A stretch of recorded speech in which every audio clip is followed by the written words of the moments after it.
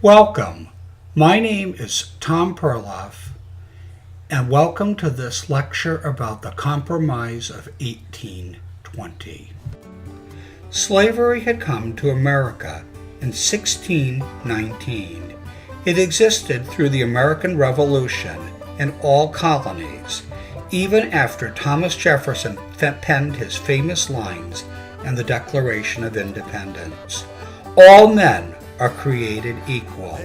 They are endowed by their Creator with certain unalienable rights, that among these are life, liberty, and the pursuit of happiness.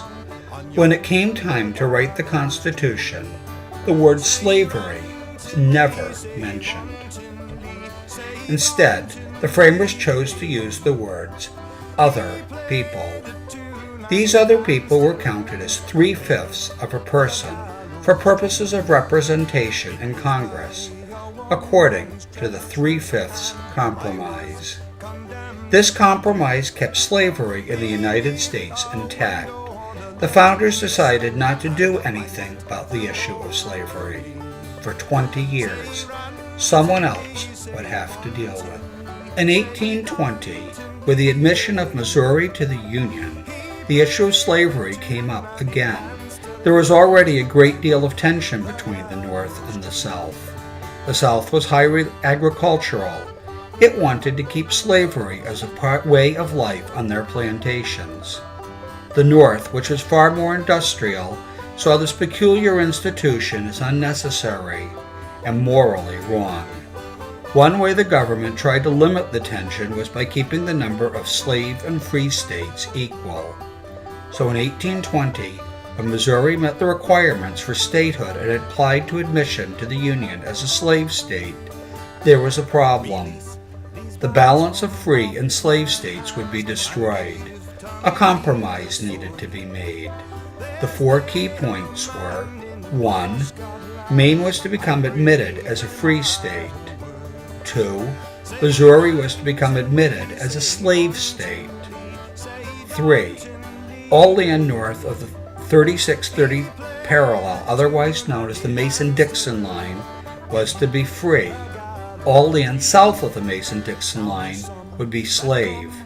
And 4, there would always be the same number of slave and free states. The Missouri Compromise seemed to solve the problem by admitting Missouri as a slave state and Maine as a free state, keeping the number of free and slave states equal.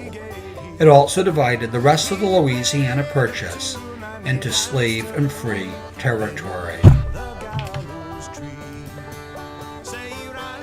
The following is an excerpt from the Missouri Compromise of 1820, Section 8.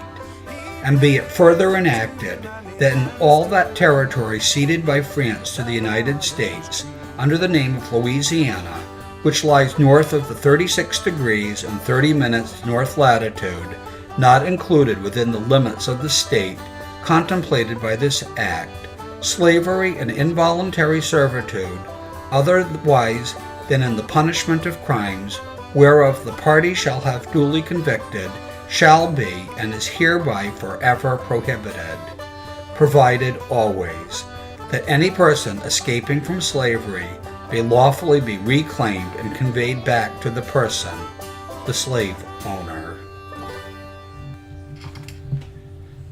Things were stable for about 30 years, but then the United States was at risk of falling apart once again.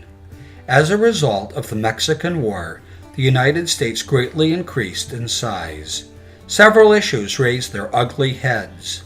First, should the territory allow slavery, or should it be declared free? Or maybe the inhabitants should be allowed to decide to choose for themselves. 2.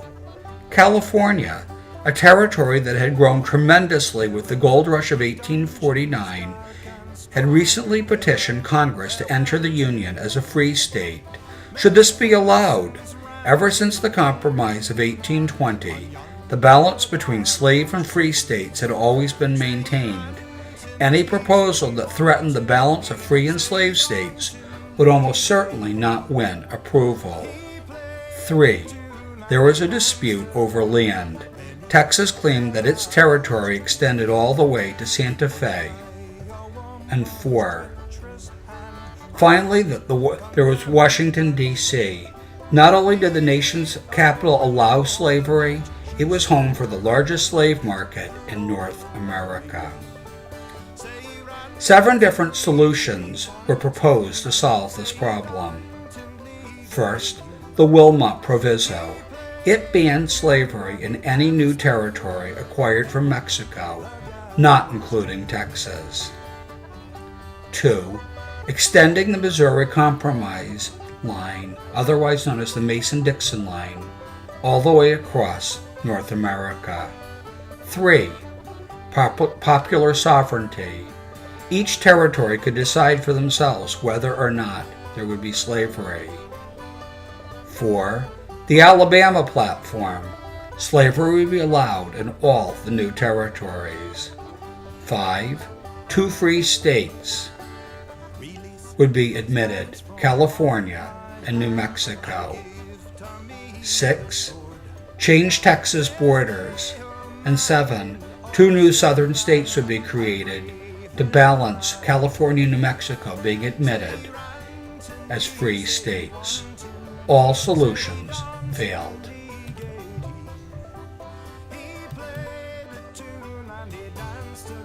Henry Clay, U.S. Senator from Kentucky, was determined to find a solution. In 1820, he had resolved a fiery debate over the spread of slavery with his Missouri Compromise.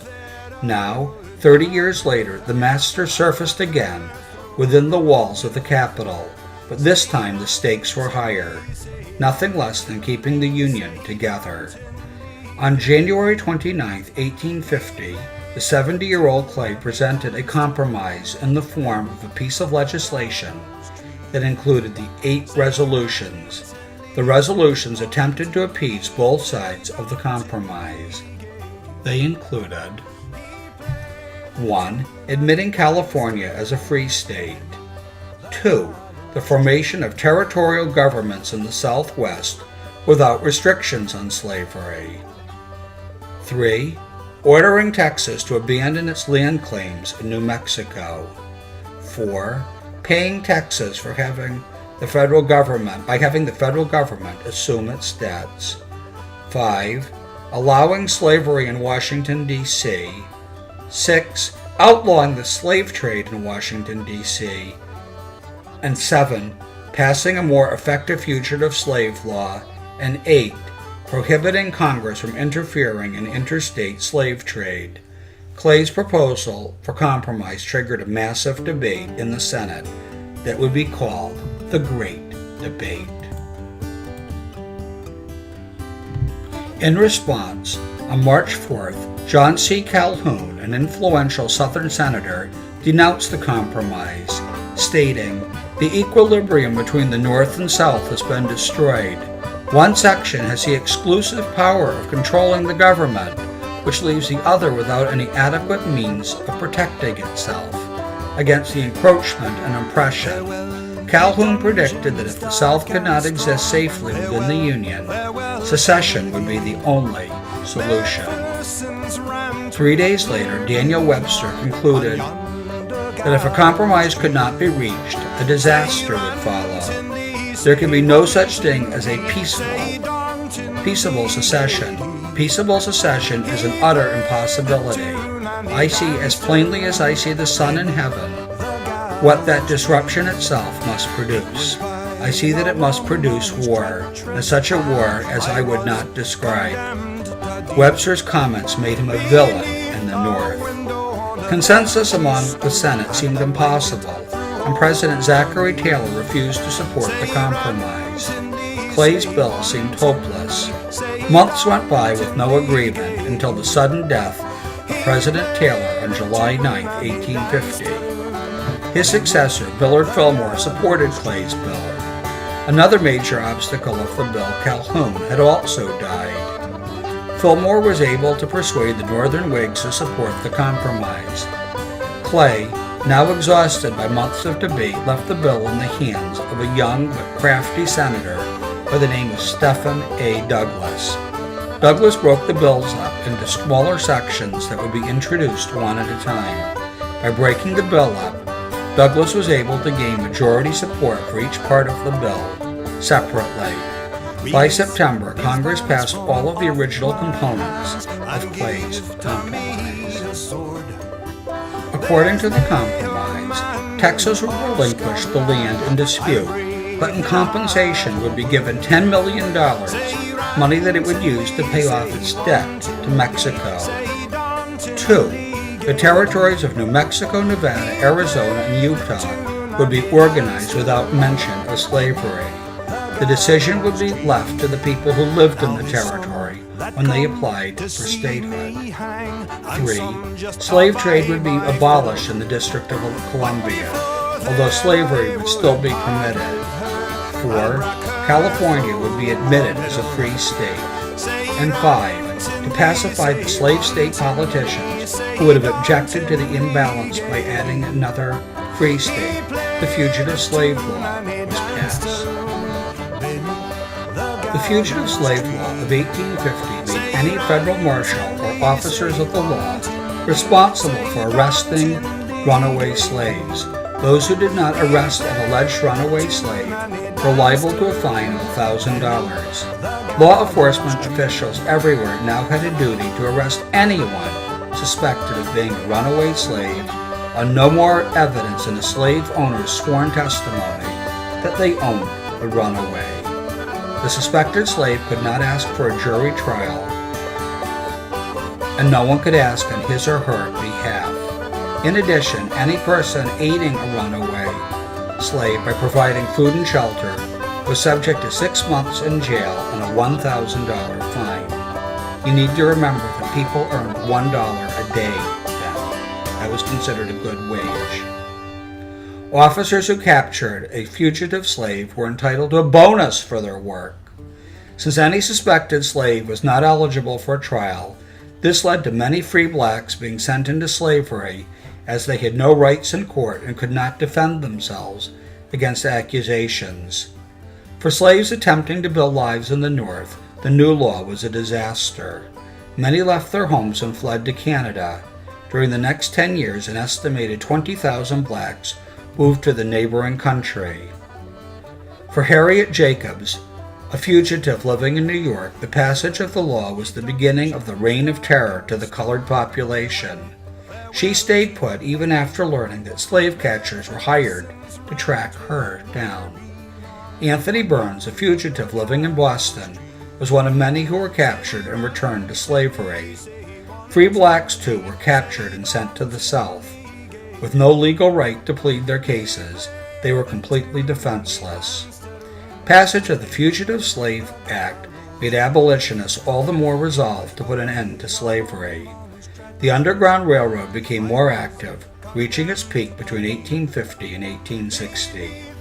The act also brought the subject of slavery before the nation. Many who had been previously ambivalent about slavery now took a definitive stance against the institution. The Compromise of 1850 accomplished what it set out to do. It kept the nation united, but the solution was only temporary. Over the following decade, the country's citizens would become further divided over the issue of slavery. This rift would grow until the nation itself divided.